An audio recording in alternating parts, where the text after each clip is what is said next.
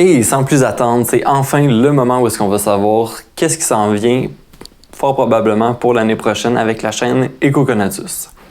Donc, pour commencer, en janvier, on va parler de Vipassana. C'est quoi cette expérience-là? J'y suis allé 3 fois, une fois pour servir. Donc, vous allez pouvoir savoir un peu ce à quoi on peut s'attendre, qu'est-ce qu'on apprend et en quoi c'est comme une expérience qui pourrait très bien changer votre vie. Ensuite, on va aborder en février le concept d'harmonie. Pourquoi c'est un élément qui devrait être clé dans une vie? Pourquoi on devrait essayer de chercher chaque aspect, essayer de trouver une harmonie dans chaque aspect de sa vie, chaque sphère, de tout le temps garder ça en tête, de se dire est-ce que je suis un peu cette voie-là du milieu? Et aussi aborder un peu le concept d'aller des fois dans des extrêmes pour retrouver une harmonie. Ensuite, on va parler des Esséniens. C'est vraiment comme l'histoire de Jésus quand c'était juste une petite école mystère, quand lui, il est encore en train de grandir. Et c'est vraiment fascinant parce qu'on a retrouvé des pots de terre cuite où il y a comme plein d'écrits sur les Esséniens.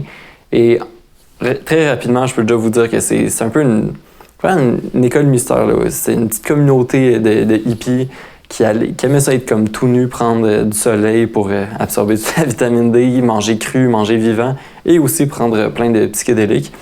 Exactement comme Dionysos faisait en Grèce, où les Grecs avaient un rite de passage à l'âge adulte appelé Ulésia.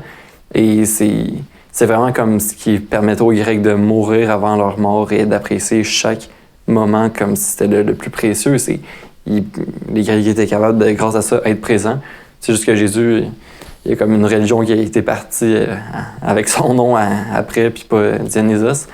Mais c'est vraiment intéressant. Fait qu'on va parler de psychédéliques et un peu purement au point de vue historique.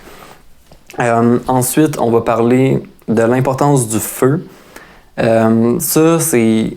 Pourquoi comme juste une lumière électrique, ça va jamais remplacer le feu? Qu'est-ce qui manque dans une vie si on n'a pas une flamme comme ce contact-là à chaque jour? Fait que j'ai hâte de vous parler de ça. Et ensuite, il va y avoir 2 vidéos, 2 mois consécutifs qui vont parler de biogéométrie. Le premier, ça va être vraiment une introduction.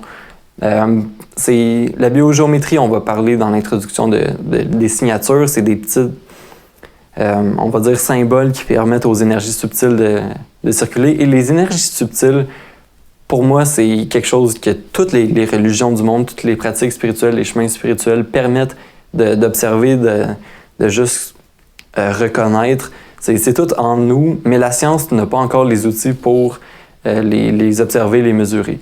Donc, pour moi, vraiment, la biogéométrie, c'est un peu la branche, on va dire, scientifique qui se rapproche le plus des énergies subtiles.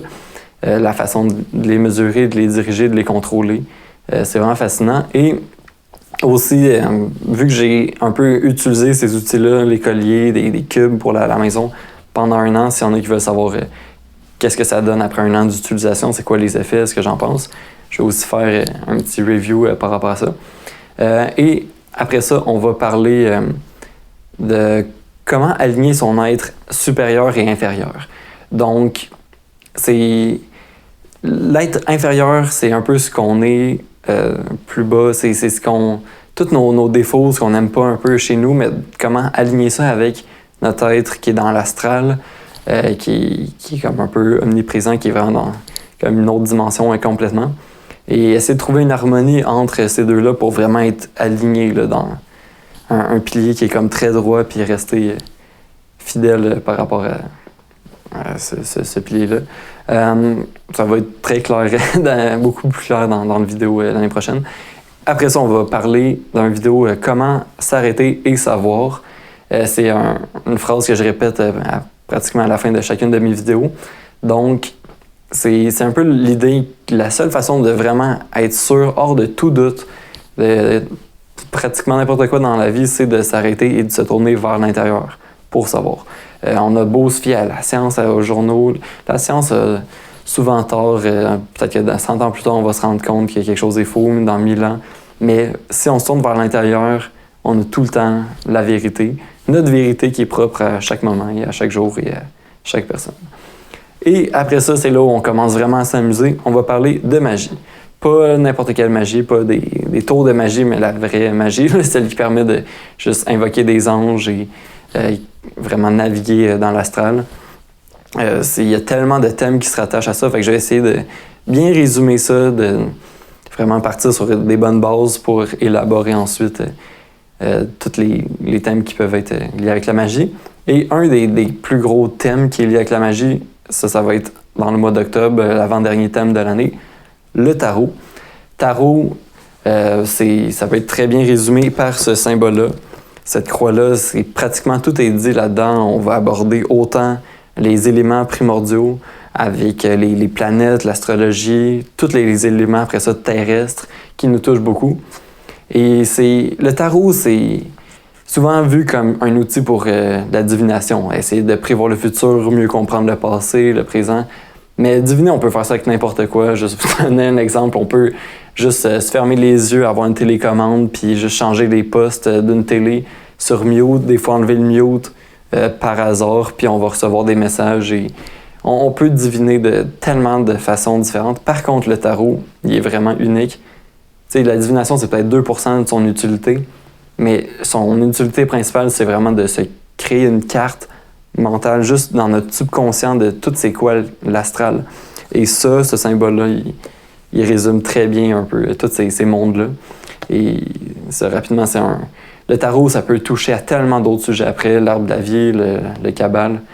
Ça peut aller très très loin. Fait que ça va être juste une petite introduction et j'en parler plus en 2023. Et finalement, il y a le sujet du Saint-Ange gardien. C'est un sujet qui va revenir très très souvent dans la chaîne Ecoconatus. C'est l'idée d'aligner l'hexagone avec cette petite fleur avec 5 pétales. C'est le 6 et le 5. 5, c'est un peu ce qu'on est, c'est sur ce plan-là terrestre. Et 6, c'est vraiment plus lié avec notre ange gardien. Donc, c'est cette idée-là qui est très centrale avec l'idée de volonté. C'est quoi notre vraie volonté? Parce que si on part du principe qu'on s'est déjà réincarné un nombre incommensurable de fois et qu'on va le faire encore un nombre incommensurable de fois dans le futur, c'est quoi notre vraie volonté? C'est quoi notre but? Pourquoi on est venu sur la Terre? Tout ça, ça peut être expliqué avec notre Saint-Ange gardien, que j'aime beaucoup appeler Holy Diamond, selon un excellent livre dont je vous parlerai. Et c'est ça, c'est vraiment pour savoir c'est quoi ma vraie volonté. Est-ce que c'est juste des plaisirs hédonistes qui sont éphémères ou est-ce que c'est quelque chose de plus grand et comment être tout le temps aligné avec ce qu'on est venu sur la Terre pour faire. Fait comment essayer d'avoir une conversation avec cet ange-là. L'année prochaine, ça va être vraiment une introduction au concept, essayer de vous dire pourquoi on devrait se connecter et pourquoi aussi c'est vraiment la prochaine étape dans l'évolution de l'humanité où tout le monde pourrait comme se connecter avec cet ange gardien-là qui est vraiment en haut du royaume des anges. Le nom n'est pas tout le temps approprié, là, c'est pas vraiment un ange, mais bref, je m'éparpille. Et c'est ça, en gros, c'est pas mal ce qui nous attend dans la chaîne Ecoconatus en 2022. Il y a des sujets qui vont être encore plus explorés en 2023 comme le Saint-Ange gardien.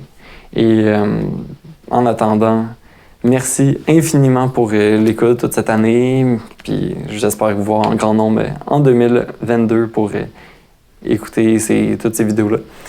Et bien sûr, en attendant, arrêtons et sachons.